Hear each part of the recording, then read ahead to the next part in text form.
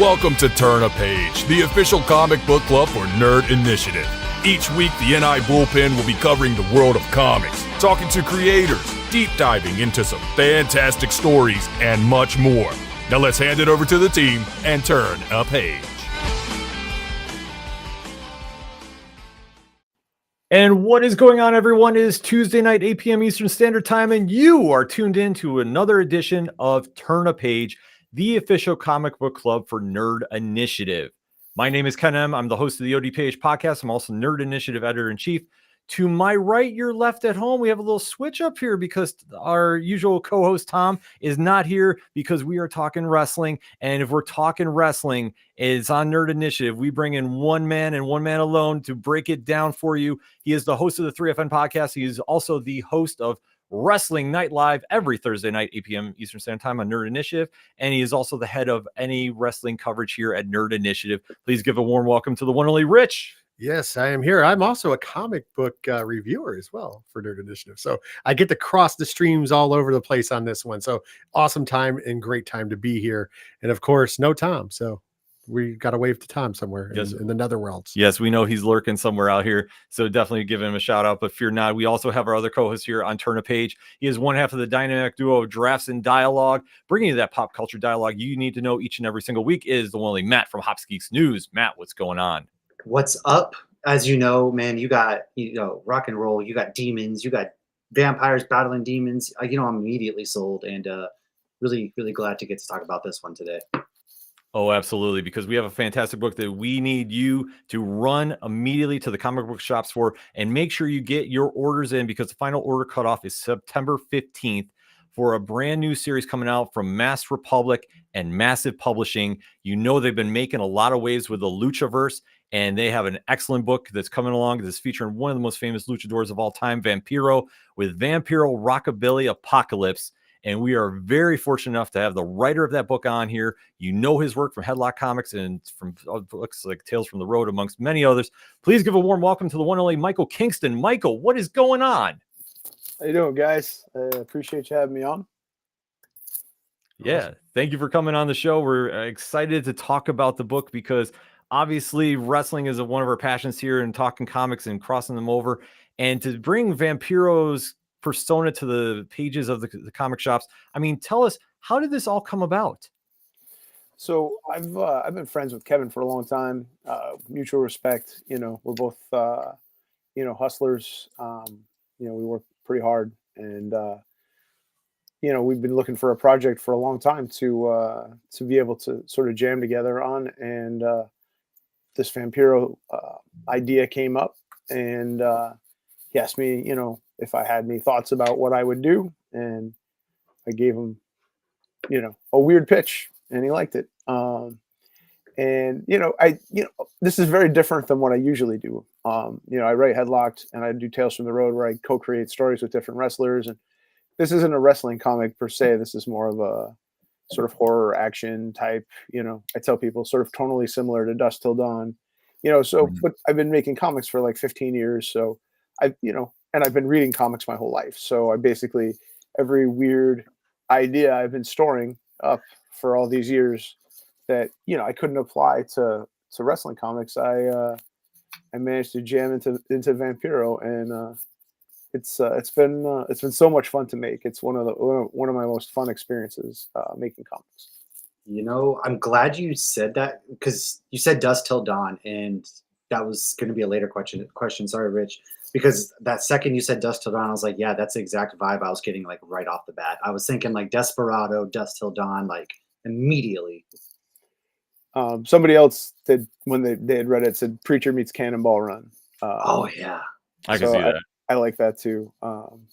It's been a ton of fun to make, and the response to the people that have read it has been overwhelmingly positive. And so I just wanted to get out into the world and for people to see it and have fun with it. And, hopefully they like it. So for wrestling fans, we all who've been watching for a while, and especially people who know anything about Lucha Libre in Mexico, Vampiro is a larger than life star, especially in Mexico. And so with a lot of his character out there, a lot of the things that he's done, was there anything that you kind of drew off of his actual character that you wanted to bring the most attention to while writing the book? There's two things about Vampiro, right? One is he is incredibly charismatic. He just has this personal charisma to him that when you're around him, right, like you want this dude to like you, like that kind of. He came to my San Diego Comic-Con booth this year in a zoot suit, looking like an assassin for like the mafia or something. I mean, insane. And he pulls it off. You know what I mean? Like there's probably like 6 people in the world that could make that work, but he's just got that sort of charisma to him. And so, you know, when we were trying to come up with an idea for a story, like this was, you know, I mean, he's a rock star. Like even when and obviously he did some time with the Misfits and he's played music and stuff, but I mean, just like in every way that you think of the word rock star, he's a rock star. And then the other thing is that he's super weird, and I mean that in like the best way possible. But like every conversation with him is completely unique, and it's not a conversation that you could have with another person. Like he just turns your brain into around and stuff. I mean, he's just a very interesting guy. And so I wanted to bring those aspects of that character to the book. And, and I think that the cool thing too about him being a vampire is we can do this, we can tell stories anywhere with this. We'll tell the Rockabilly Apocalypse story, and then we could do something in the past. We could do something in the future. We can do, we can go anywhere with it. And I think that makes it super appealing on top of that. Yeah. Absolutely. And like I say, I think fans are going to be in for a real treat with this because, like I say, the order date is by September 15th this week, and the book is going to be dropping in comic shops on October 16th. So you definitely want to make sure you check it out because, like I say, it's a one of a kind vibe. Matt? It's definitely a one-of-a-kind vibe, as we kind of talked about already, Dusk Till Dawn vibes to it. It has like that horror grindhouse style persona almost to it. Was that always like the original intention, or did it kind of morph into that as you kind of built upon the story? For me, it was. I just, I wanted to, like I said, I wanted to make it weird and make it fun. And, I've been reading comics my whole life. And like, one of the things that I feel like we lose a little bit sometimes is the fun. Sometimes they're just so overwrought and over dramatic and whatever. And like, I just wanted to be, this is like a midnight horror movie that you would go see, and you'd have your popcorn and you just go to have a good time. And, and I think you can have fun and Pixar's been doing it for years, right? Like they tell fun, simple stories that don't insult people's intelligence. You know what I mean? Like, I think you can tell those kinds of stories without necessarily having them have giant logic gaps or, be stupid or whatever. So, I mean, that's really always what I wanted to do was to tell that kind of a story. Yeah, it makes a lot of sense, kind of what you're talking about. There's like, those are my kind of favorite movies too. And it's definitely the one that people are going to want to get. Like you said, Ken said, final order cut off Sunday the 15th. Halloween season's coming, and a lot of people love those kind of B-roll late night Halloween movies. Well, don't forget about the books that you can also read, because this one is right there with those. Yeah. I mean, it's one that, like I say, I think it's going to gravitate towards a lot of people. And especially when we talk about comics and wrestling. And there's always been a very unique history between the both. And I mean, when you're trying to explain the connection between comics and wrestling to fans, like what is the approach you go with about that? Well, it's funny, right? Like, so I've been making comics for 15 years, and for a long time, everybody fought me on it. When I first came up with the idea for Headlocked, I was just a fan, who'd read comics his whole life and felt like wrestling and comics belong together, and that nobody ever made good wrestling comics. Like, you can tell when something is made for love and when something's made for money. Like Deadpool's a perfect example, right? Wolverine Origins Deadpool, made for money. And then obviously, not that they're not making money, but obviously there's a great deal of love in the Ryan Reynolds Deadpools. So, I just always kind of felt like the people who made wrestling comics when I was growing up weren't wrestling fans. And so I wanted to make a comic for wrestling fans, and I pitched it to every publisher, and every publisher said no. I mean, some in the harshest manners possible, like a very a representative from a very large publisher literally laughed in my face. And so I made it myself. I sold it out of my backpack at wrestling shows and built a grassroots audience. And then, so I mean, I've been fighting that fight, the wrestling and comics fight, my whole life. I was the first wrestling thing at probably 20 different conventions that had no wrestler rules. We wouldn't allow wrestlers. And I would get Jerry Lawler did the covers to Headlocked, and I would get Jerry in as an artist. They wouldn't take him as a wrestler. And then they'd put us an artist down and we'd jam the place up. And then they book wrestlers after that. But it's always been kind of a fight because, I mean, and it's always fun to me, right? Because like everybody I knew that liked wrestling, like comics and vice versa, but like comics are two-dimensional, larger than life, people in colorful costumes in a battle of good and evil. I mean, the only difference with wrestling is it's 3 dimensions, right? And what is it about that 3 dimensions that makes it not worthy enough to be nerdy? So that's always been my battle. I still fight it. I mean, there are people that have very strong opinions against it, but, and that was partially why I wanted to make Headlocked when I made Headlocked, which is a story about a theater major who falls in love with wrestling and is learning the wrestling business. So you could sort of examine the craft of wrestling through the eyes of a performance artist. And one of the cool things is I've gotten a ton of people who like comics that didn't like wrestling, who like the pitch to read and understand, like see wrestling through my eyes. So it's tricky, right? It's always been a battle for me. A much harder battle than I thought it would be when I started out.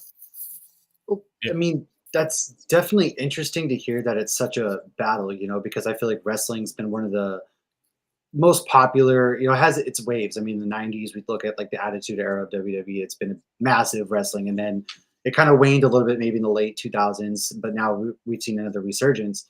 And we've even seen like a resurgence of wrestling stories in comic books, with the Luchaverse, do a power bomb. Those are kind of, do you see wrestling stories kind of finding that nerdy niche that there maybe is going to be something that bigger publishers kind of latch onto? And then also like, where do you see that story going from here? Which story? I'm sorry, where do you see it's like Vampiro going to kind of lean more into the wrestling aspect? Because I know we've leaned into the rockabilly aspect. Are we going to get more of the wrestling aspect now that it's kind of got its foot in the door?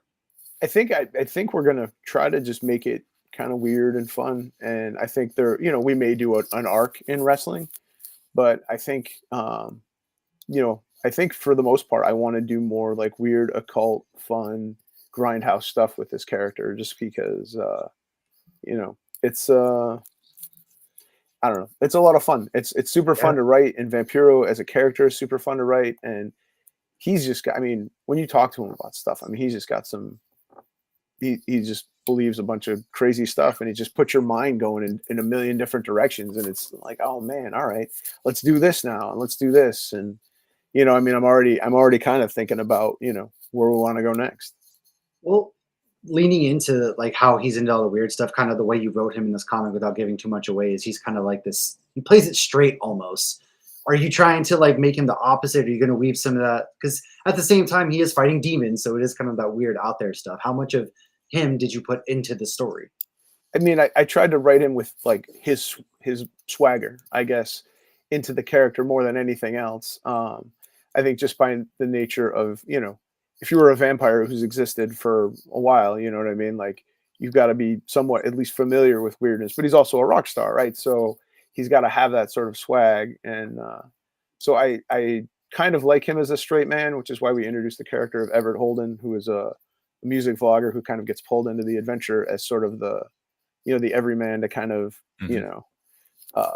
experience the ride as well. So. Kind of makes me think of the Shia LaBeouf to John Constantine for Keanu Reeves. Yeah. Good comparison, yeah. Well, melding the two worlds of wrestling and comics together, because that's what I do all the time.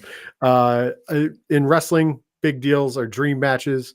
So we'll kind of ask this as a wrestling thing, but it's also more of a comic thing, because if you could book any hero, villain, character, licensing doesn't matter, to take on the comic book version of Vampiro, who would you put him with in a dream match scenario?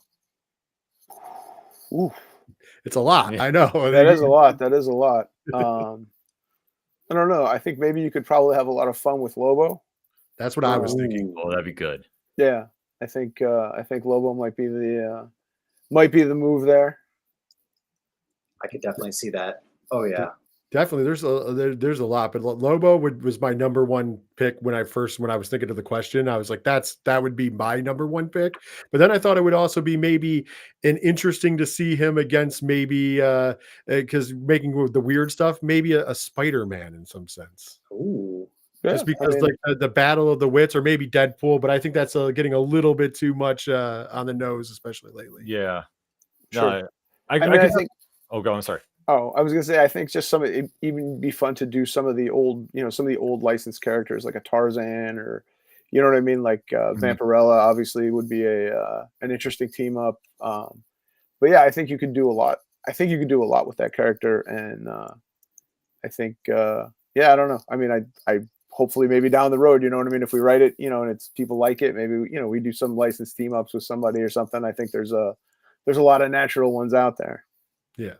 I think also if you extend it to media, since we've already said it, from Dust Till Dawn Vampiro mix up would be on point. Kind of almost have him like the Blade in the situation where it's kind of like the in between hero, if you will. I think that would be epic.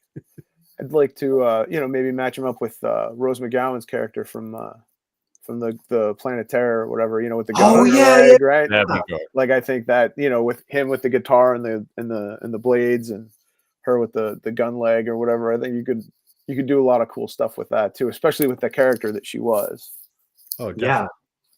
Oh, that's Now we're such a just good booking him movie. everywhere, but book Vampiro versus El Mariachi. Let's go. Just I go, mean, go all in.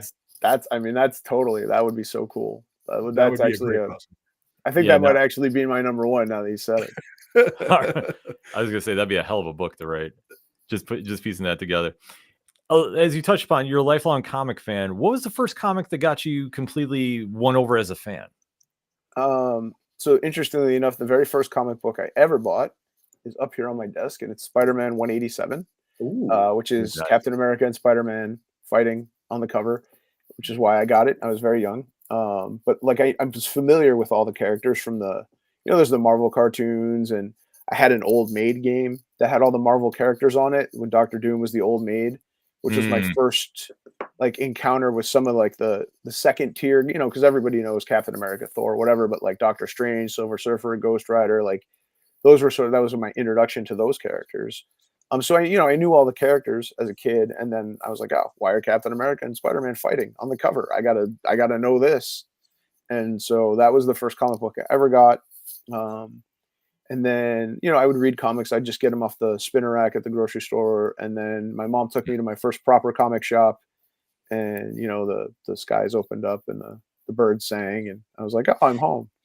And so the Claremont X-Men run is probably the thing that hooked me, and made me a lifelong fan or whatever. And then the thing that made me want to write comics was Concrete. Like, I think okay.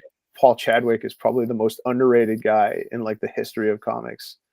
And I think Concrete is such a great series. Concrete, Think Like a Mountain, like just changed my whole perception of what comics could be. And I don't think I ever would have made any of the books that I had made without reading that. Yeah. Concrete's so good too. Yeah, I haven't read that in such a while, but yeah, you're absolutely right. I mean, it's just like it opens up, like when you pick up a great book, it opens up like the gateway for imagination, and that's something that you see obviously in the pages of Vampiro, Rockabilly Apocalypse. Is just really kind of saying, okay, what is the wild and craziest thing I can do, and then just put it to page, and it works. And especially like you said, when you're touched upon dealing with wrestlers and when you're writing their personas. Like, has there ever been an idea that you've been collaborating with anybody about that? It's kind of been like, I don't know if we can go that far, or just like, hey, the sky's the limit. Let's just go, throw it to 10. I mean, most of the guys I collaborate with are real easy. The initial guys that I collaborated with are, the guys, the hardcore comic guys like Hurricane, Rob Van Dam, Samoa Joe, AJ Styles, whatever. Like those guys were, I mean, they were there, they were in it to have fun and whatever. And then as I've gone along, like, I don't know, I'm pretty good at kind of setting expectations for people, and coming up with, you kind of come with a starting point to kind of get them in the right space. And then, you kind of work on stuff together, and you get in the back and forth. I mean, if anything, the hardest thing, right, is like everybody always wants to look cool. And I don't, so when we do Tales from the Road, we don't do actual people or use license names or anything. We make analogs so we can tell the story that we want to tell, and we don't have to worry about upsetting somebody like, oh, well, I would never do that. So, and even then, sometimes it's hard for people to be like, oh, well, why would I do that? I'm like, it's not you, right? So that part of it can be tricky. But for the most part, I mean, everybody's been super, super easy to collaborate with. So much fun, to just sit down. Like, that's the most fulfilling part of doing all of this, is just jamming creatively with people that you respect as creators. People I grew up watching, like, Shane Helms, the Hurricane, was one of my favorite wrestler for a long time because I was the comic book guy, and like he was doing comic book stuff, and that was cool to me. And now he's like one of my best friends.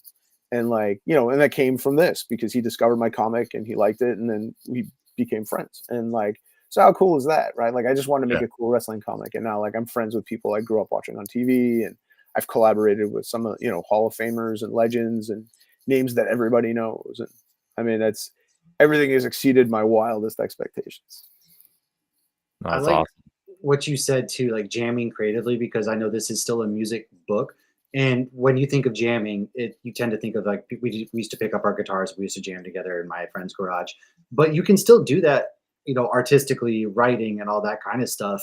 And it's a lot of the times people don't realize it's even kind of the same process, just sitting there riffing off each other as well, which makes art in any shape or form so special. The biggest thing that I feel like young creators, the mistake that they make is they don't collaborate enough.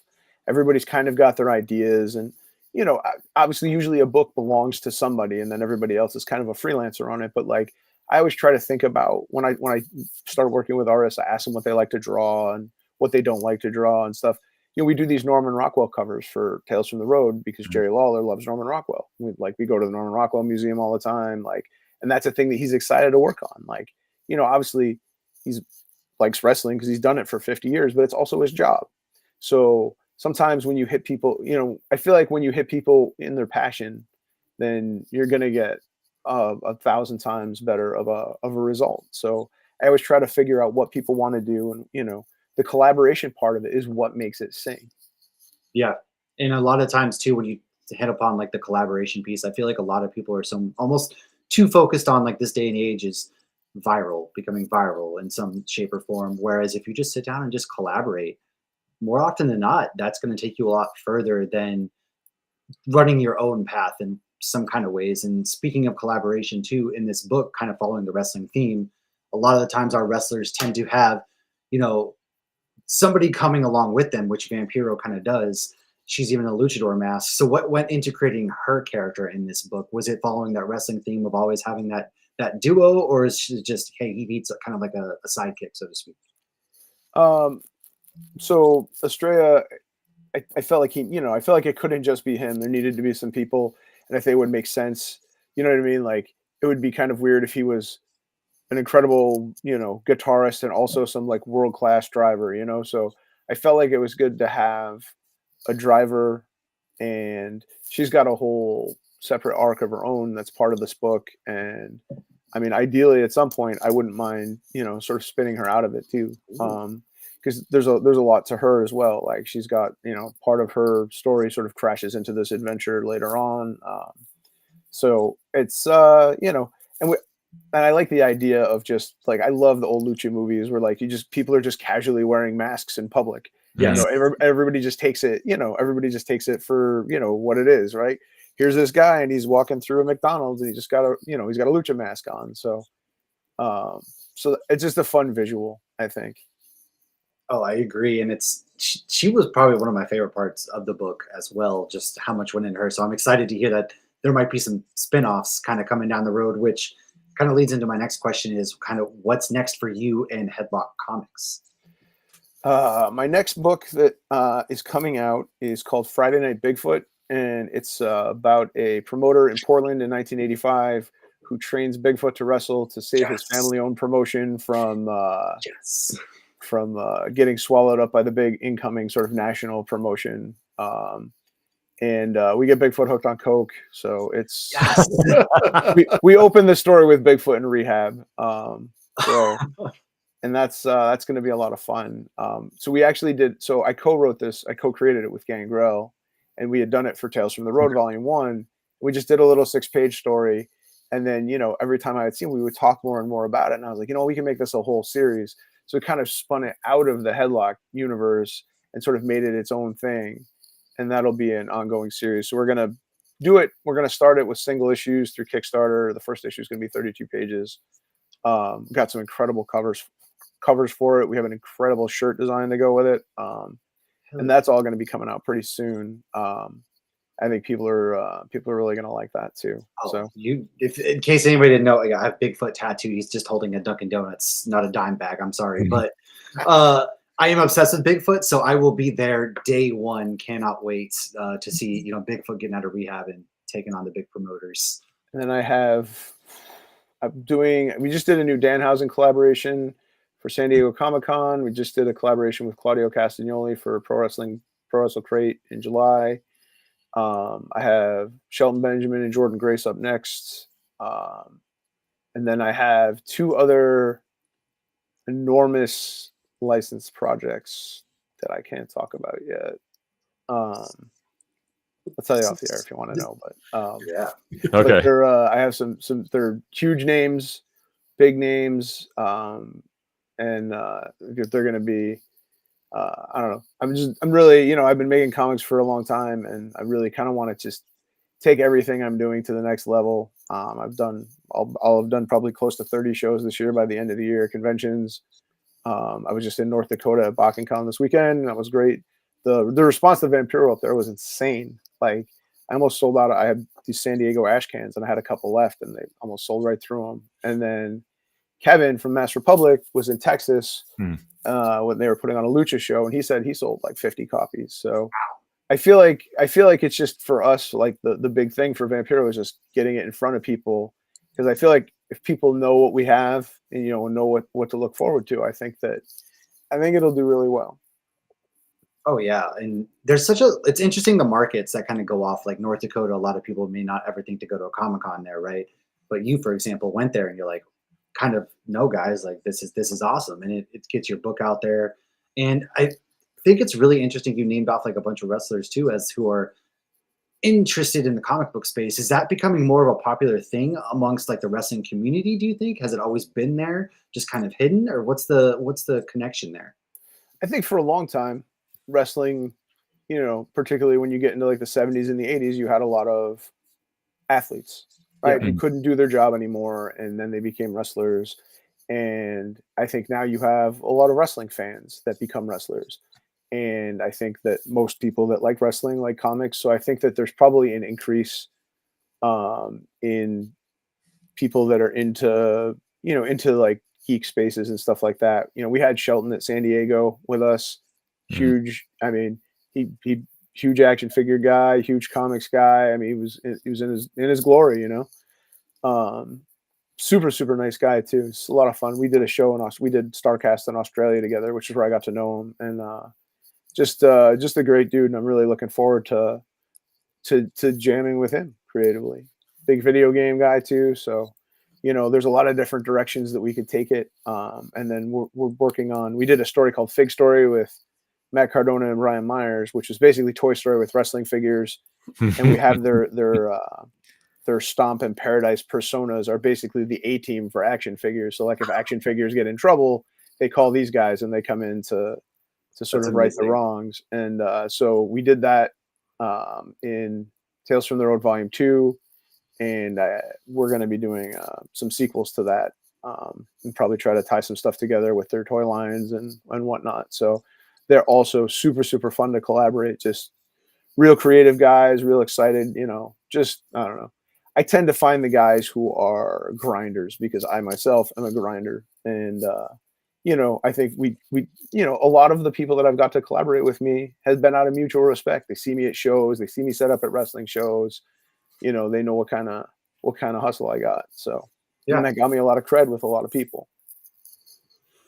Absolutely. I can definitely understand that. As a matter of fact, probably don't remember, but years ago, I used to see you at 2CW shows a lot. So, so there you go. So I miss 2CW so much. Yeah, that was such a fun part. so before its time. Yeah, it was definitely it was. I have a definitely poster awesome. from the last show on this wall right here. Oh, sweet, man. Yeah, I spent so much time there that I love it. Still, love getting together with people when we can. But it's There's a little fun story, but they had AJ Styles on their last show, and I was the one that made that happen. Oh, wow. Because they had reached out to AJ, and I think that whoever was booking him at the time said he was going on vacation, and so I called AJ personally and was like, "Hey, you would work for 2CW before they're doing their last show. They really want you there," and so he agreed. I put him in touch with the promoter, and then he agreed to do it. And they actually did a real fun segment with to open the last show, where they came out. Three of the 2CW guys challenged the AJ and the Bucks to a match, and they came out in their street clothes, and they said they weren't ready to wrestle and whatever, and they'd see them later, and then they left, and then they called them bullet bitches, I believe it was, and then their music hit, and they turned around, they came out, and they were all in their gear, so like they had their street clothes over their gear, and then they went behind the curtain and pulled all their stuff off, and then turned back around and came through. Dude, I love that so much. And I always thought that was such a fun little bit. So, and it's funny because I watched that show from backstage, so I was like standing there, kind of watching everything kind of go on. But yeah, it was a little fun fact. I got a couple. I got Jerry Lawler to 2CW out of our friendship. So 2CW did a lot for me, and I feel like I did. I try to help them as much as I could too. Yeah. Shout out to Josh and everybody involved, because it's always a great time and a great company. Speaking of selfishness, though, and not about cocaine Sasquatch, because I'm all in for that as well. I'll be day one in that one. But before I lead into my other question, I got a selfish one. You've done a lot of shows. Are you going to be at New York Comic Con this year? Yes. Awesome. We actually just announced. I don't want to say his name now because I don't need him to show up in my studio, but Joe Hendry will have at our booth on Thursday and Friday. We'll have Mick Foley. We'll have Mick Foley again. I got a couple other people lined up. I believe we'll have Danhausen for a couple days. I believe Vampiro is going to be coming as well. Just trying to get it all put together. I think we'll have Rikishi again too, and working on a couple other guys. Oh yeah, Rikishi had I did see that he had a book out recently as well, which is pretty cool. Which also, because I saw him at Richmond Comic Con. That's the one I usually hit up since it's right up the road from me, and saw him out there and everything like that, which I thought was pretty rad. Yeah, I was at Richmond. Oh, I don't know how I even missed. I was right next to Nick Nemeth. So we did a little thing with our belts because I have a title belt that Top Rope Belts made for me. That's so cool. The king of wrestling comics. It's like they gave it to me, bestowed the title on me, I guess. And I tell little kids I beat up like 12 guys for it. And they're impressed. I can't tell adults that because it's sad, but it's fun to tell little kids and make them think I'm a fake tough guy. Well, unlike Matt at New York Comic Con, me and Ken will stop by and yes, say hi. we will. We've had the only wrestling booth at New York Comic Con for years. That's amazing. Yeah, we've exhibited forever. I mean, it used to be just Jerry and I for a long time, and then I think in 2018 we had Sting and Trish and Lita and Christian. We've had Flair there a couple times. We had Diamond Dallas Page, Tommy Dreamer. Trying to think of who else, but we've had a lot of really good guests. Last year we had Mick, we had Rikishi, we had Jake the Snake, Scott Steiner, Buff Bagwell, Powerhouse Hobbs, Brody King. We had we had like 11. The Dudleys we had a heck of a lineup. Damn, always a fun time. Mm-hmm. So like I said, so definitely check that out. But my actual question, and going to bring it in because obviously I'm doing the wrestling content for Nerd Initiative. I'm going to be greedy. I'm going to be a wrestling question. Right now, being a lifelong fan, are you watching wrestling? And right now, what do you think of the state of pro wrestling? And what are you watching? I watch as much as I can. I grew up watching WWE. I think I've always been a story guy. I think WWE is doing some real good character work, real good story stuff. AEW, the matches are always great. Sometimes I think they miss some story beats maybe, or get a little whatever. But I mean, you always know that you're going to have a fun time watching the matches. Mm-hmm. So like, there's never an issue with, you're never going to be disappointed. sometimes as a writer, you're like, oh, you should have let that breathe a little bit more, or, like stuff like that sometimes gets on my nerves a little bit, like because presentation means so much, right? Like, I mean, a very recent example was, Jamie Hayter's very popular woman on the roster, and they made her big return on a pre-show in her own country. And like, it's one of those things. It's a positioning thing. And like, it makes a difference, right? Like, I mean, back in the day, right, when Chris Benoit was champion, Triple H was still the focal point of the show. So even though he's got the belt, he's not the guy. So like, and I think that matters to, your positioning on the show matters, how you're treated on the show matters. And that stuff, I don't know, in my brain, I'm always just thinking about that stuff. It drives me crazy sometimes. It makes sense. I mean, it's from a storytelling standpoint. Yeah. I mean, you got to hook people in somehow, like flashy, the flashy stuff is great, but how are you really hooking them in week to week? So I think it makes a lot of sense. Everybody needs a reason to stop, right? Like, that's the tricky part, right? Like, when I was a kid, I was flipping channels, and the first Saturday Night's Main Event came on, and it was George the Animal Steel that made me stop flipping channels. He was, this big dude with hair all over his body and his tongue, and he was going crazy, and I'd never seen anything like that, right? And that's what made me stop. Like, you need a reason to stop. And that's what I always try to tell people. Like, sometimes people reach out to me for advice on their characters and stuff, and I was telling them, like, people got to look at you and immediately know what you're about, right? Like, when you see Bray Wyatt, you immediately know what he is, right? Like, you see Steve Austin or the Hardys, right? But sometimes if you're just like a jack dude in black boots and black tights, like, what is that? And what's the hook, right? Because everybody's in shape. Everybody's a great athlete, especially now, like, everybody's, almost everybody on TV is a great wrestler. I mean, and only one guy can probably be the great, like a Bryan Danielson, right? Like, there's the one guy who's like the great wrestler, but you know what I mean? Like, if you're not the best, then what are you doing, right? Like, you got to be the best at your thing, whatever that is. Well, I've said that forever, and like, spending time in the wrestling business like I did, I still have guys that I talk to who are indie wrestlers, and they'll always ask me the same thing. I know Ken's witnessed my conversation with some guys, and I'm always like, listen, anybody can, and this isn't taking a shot at anybody can do the moves. Everybody does the moves. What sets you apart is who your character is. I mean, you argue, you have the best guys wrestling.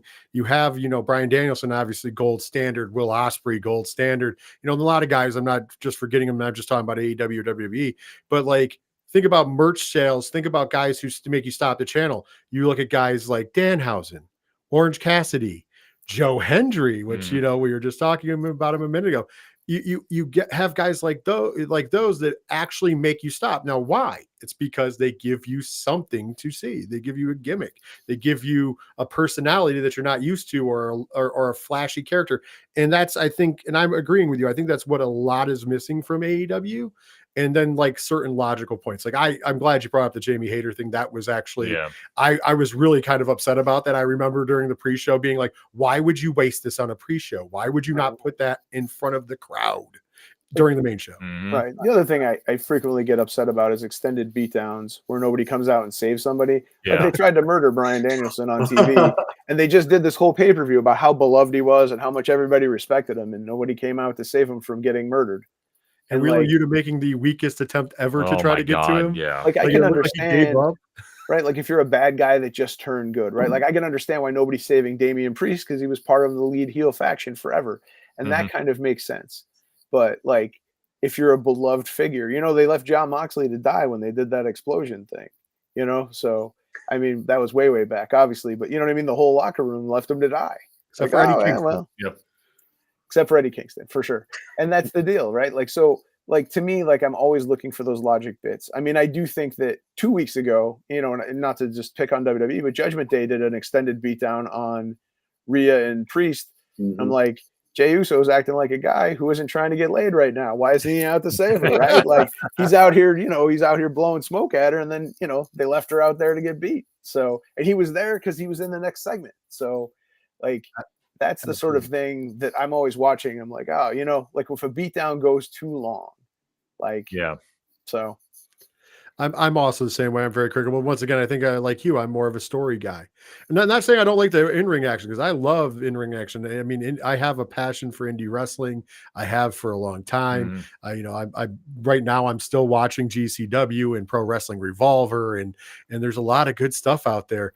And on top of just like the main two, and WWE for a long time, I used to make the joke I just didn't watch because it got to a point where there was nothing. And now, let's be honest, in the last couple years, regime change, and all of a sudden we're actually getting some things. And then you have the NXT to add into that with, Chef Shawn Michaels doing whatever he's doing that makes it just, very, very captivating. And like I said, AEW is on the cusp of it. I think that they have a lot of good things. And like I've always said, order the pay-per-view, because they're going to give you the in-ring quality. There's no question about that. You're never going to have a bad time watching the show. I mean, you might get a little annoyed with story bits, but I mean, the matches are always going to be great.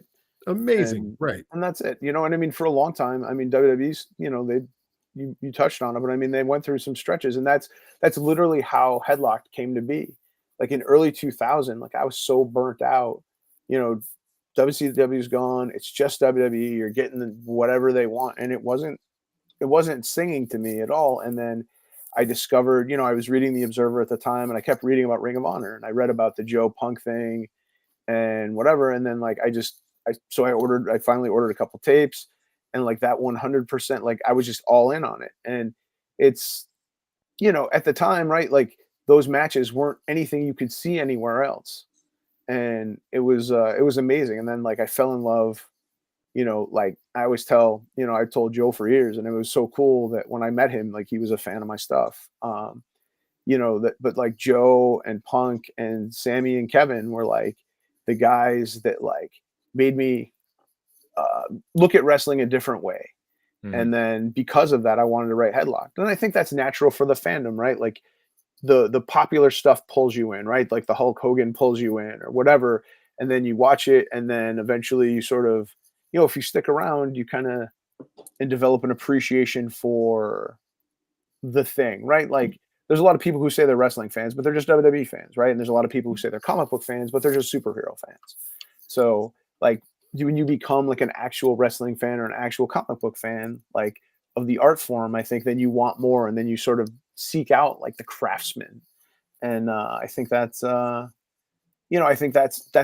journey that a lot of people have that become like hardcore fans of anything. Yeah, I mean, that's like the beauty of pro wrestling. It's just like there's so many different styles, and there's so much stuff you can gravitate towards. And like all it just takes is just finding what you kind of just hooks you on at first, and then it just spreads from there. Because I mean, I remember like for me growing up, it was like all WWE, and then all of a sudden it was like, what's this WCW, and then ECW, and then spiraling now into the indies. And like I was fortunate enough to have 2CW and Excite Wrestling here in the 607, and like you start seeing all this, and it makes you just appreciate it that much more as a fan. Then when you see stuff that happens in the ring now, is like you can kind of go like, oh, I like this, I don't like this, and it really accelerates the fandom. Shout out to Johnny Moose. Yes. Yeah, I love Johnny Moose. Like, yeah, John's an old friend of ours. Yes, Same. He's overdue to come on. Yeah, Yes. yeah. So he's overdue to come on. I've done a lot of stuff with Johnny in the past, but yeah, it's an interesting world, and like I said, I agree. I think that you said it perfectly. The people who get into the fandom start to branch down into like the smaller streams, and the deeper you go, and then and it doesn't mean that the people who are the fans of just the main things aren't fans. They're just fans of that, and that's perfectly fine. 100%. And then, you just keep searching for what it tickles you. You know what I mean? I remember one of the first AAA shows. I think we brought this up when we were talking last time. To Diego. To Diego that Ken watched was actual AAA Mania 3 years ago now. Yeah. And for some reason they couldn't get licensing in the States to show it on pay-per-view. So they just gave people in the States a code to just watch it on Twitch. And so it was all in Spanish, and neither me or him speak Spanish. And I'm familiar with, Lucha Libre. He wasn't as much, but we had so much fun because like you could still understand what was going on. You still know who the good guy and the bad guy was. You still know who you were supposed to be cheering for, because just watching it, they were telling the story and you could just see it play out. And I think that, if you get to that level, I think you have a lot more fun. One of the things I hate is the tribalism. Like, I mean, wrestling is such a such an amazing art form. And I think, I mean, I've always said that I feel like it's better live, right? Like I think recording it steals a little bit of its soul. I think wrestling should be consumed live in smaller, closed, tight arenas, 5,000 seats or whatever. I mean, I enjoy the spectacle of WrestleMania, but like it's hard to appreciate the action when you're so far away. You can't see watching anything. You're watching it on a, and sometimes when you hit the right moment, right? Like I was at WrestleMania this year, and that main event was a thing to experience. But I mean, I always tell people my sort of greatest live experience as a fan was Samoa Joe and Kenta Kobashi in the New Yorker Hotel. And now I was at the Rumble 92. I was at the Screwjob. I've been to probably, I don't know, maybe 12 WrestleManias or whatever. But that was the best experience. Like it was just an incredible thing to see live and experience live. And I don't think it would ever come across the same on DVD. No, I agree. I was also at WrestleMania this past year as well. So the Cody moment was Rich is up there freezing his ass off. That whole match. That was one of the bigger spectacles. And I mean, I was at 35 with Kofi Mania, and that didn't even. It was just so much of a bigger deal with that main event night too. And you knew, and like the thing was, right, like everybody knew what was going to happen, and it happened almost exactly how everybody said it was going to happen, and it still catches you, right? Like, I mean, that's the beauty of it, right? Like even with knowing, even with the the spoilers or whatever, like it still hits you right in the gut. And when wrestling is done right, like it's my favorite thing is when something happens on a show or whatever, and everybody's just in unison, like, oh, this is awesome. This is great. I mean, you're always going to have some people that are pissy about whatever, but like when the 90% are like, this is great, I love this, whatever, Hangman and Swerve the other night, right? Like burning the house down, incredible go home visual, probably as cool a go home visual as I've ever seen.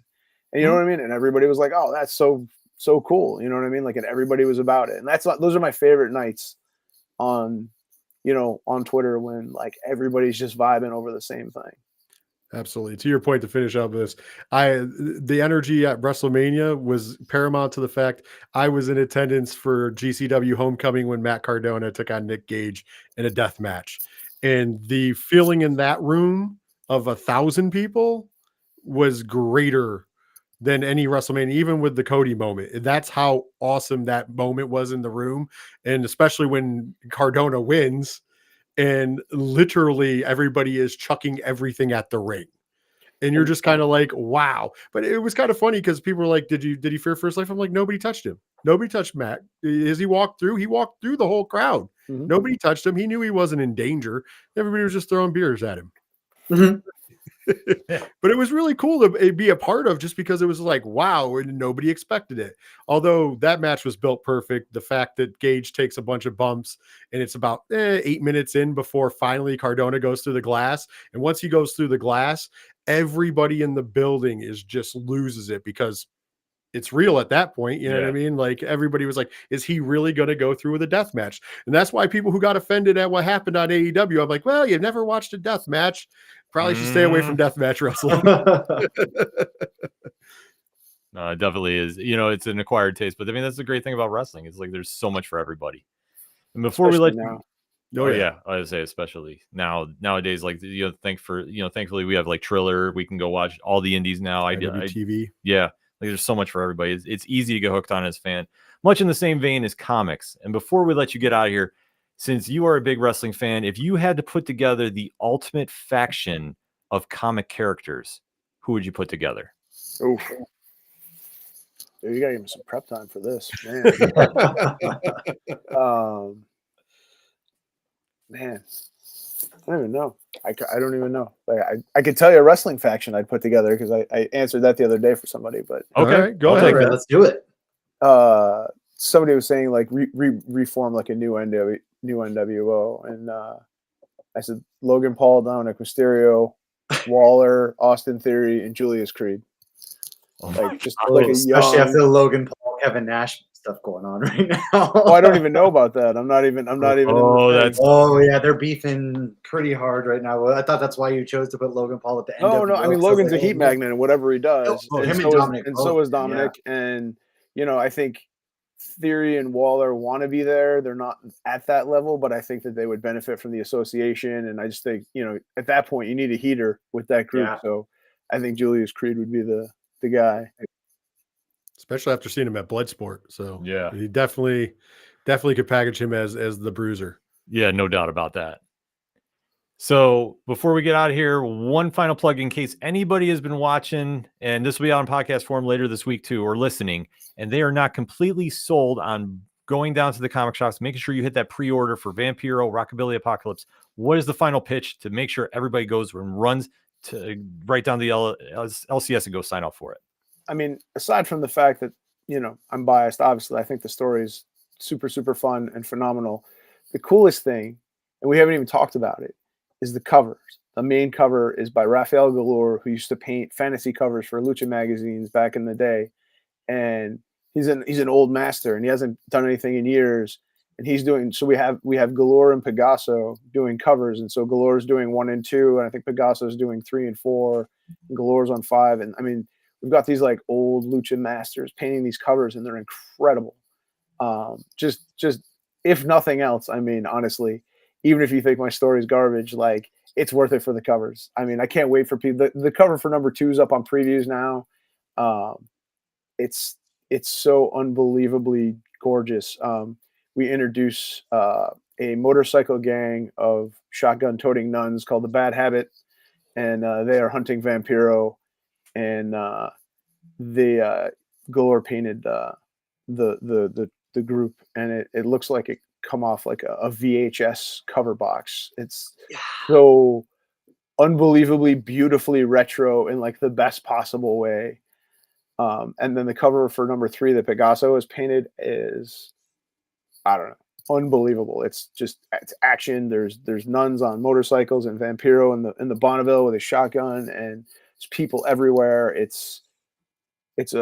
mean, these guys are doing like a masterclass of cover art. So I think beyond all that, you know what I mean. It's a super fun story. It's a night at the movies, a midnight horror movie with Joe Bob Briggs or whatever. Like it's fun, a good man. time. Then that's it. And that's I try to think about that whenever I write stuff. I just want stuff to be fun and interesting and whatever. And I just want people to, have a good time. And I hope you guys have as much fun reading it as I had making it. I will say this. I can assure you the writing is great in the book too, because I know you said about even if they don't like your writing. I thought that it was people who read the book, phenomenal. It wasn't just as a wrestling fan, because it was more me like loving the horror grindhouse weirdness and embracing all of it. It's so much weirder. I mean, you talked about nuns. I mean, the whole, were they more demons? Worse, they're nuns. Right there, I was like, hell yeah. I'm like, I was already in, but now I'm like, I need more of this right away, because it was just like, the way it came off was so like deadpan, but hilarious. Yeah, like it's a phenomenal book put together. Like I say, it's sharp writing, fantastic art, and it really has just a fun, cool vibe to it. And especially like with everything going on with Mass Republic Comics, as I said, the whole Luchaverse going on right now. Shout out to Diego and Kevin and the whole team over there. Like it's just now such a fun time to get into this and seeing the wrestlers that we see in the ring take it to a whole different level with your creativity and everybody else involved, and just really making just a fun thing to go check out and become a fan about and really get behind something that I truly think has just got so much crossover appeal. It's going to be one of the next big things we talk about in comics. That's very nice of you to say. The other thing I probably failed to talk about is Napalm's art on the interiors is fantastic. He's just got a great kinetic style, and it's a very kinetic book, and I think he does a fantastic job. He did if you're looking at it, he did the mock poster that's on the right side of the screen. He did that variant cover, which is one of my favorites too. I love that so much. The one that's all the way to the right. But he's the perfect guy for it. And like I said, man, collaboration makes it sing. And my favorite thing is, right, like I write stuff and I envision it, and then when you see the pages, they're better than you ever possibly could have imagined. And that's when you're on, when you're on all cylinders. And I really feel like as a team, Jacob, Basketball and Letters and whatever, I feel like we're all kind of in lockstep now. And, we've been working on it a lot. And I mean, I'm writing issue 5 right now. So I feel like we're really putting out some good work, and it's definitely worth your time. I agree. Awesome art, awesome writing. Like I said, in the Luchaverse as a whole, I mean, it's just great stuff across the board. I can't gleam about it enough. I know we got to talk to a few people, but it's just amazing to see the work. And you brought it up earlier, and I know we talked about it before, but it is very much like those old lucha movie style. I know a lot of people in the States might not remember a lot of those, but trust me, it's right up that alley. It's so good. Yeah, it definitely hits all the marks. And like we say, in the liner notes, comic shop locator is right in there. Links to go pre-order this is right in the notes. You want to make sure you do it. Don't miss out on this book, because trust me, this is going to be one that you want to make sure you add to your collection. Michael, thank you for taking the time out to talk with us. We definitely have to talk to you again after this comes out. Yeah. Thanks so much. Anytime, I'd be happy. This was a super fun discussion, so I'm always down. Anytime you need me, I'm there. I was going to say, that's great, because I want to talk about Cocaine Sasquatch after this gets off on Kickstarter. I need send the link so I can make sure I get the day one jump, because listen, that is up my alley. Same. All right. Big time same. Yeah, well, maybe we'll have to book it around them when the launch happens. You'll have to come back on. We'll pencil that in. We'll talk off air about that, but we'll definitely make that happen. For sure. And all right, then on behalf of Matt, Rich, and myself, thank you for checking us out here at nerdinitiative.com and on Nerd Initiative on YouTube. Make sure you hit the like, subscribe, and tap that bell notification to make sure that you want to see more content like this on the programming, because we want to make sure we're letting the bosses know we're doing the right thing here. And we'll end it like we always do on Turn a Page. When you're at the comic shop and you have a great issue in your hands on October 16th, because you pre-ordered Vampiro Rockabilly Apocalypse #1, and you see somebody struggling to find something to pick up, hand yours off to them. Tell them to turn a page. We'll see you next week.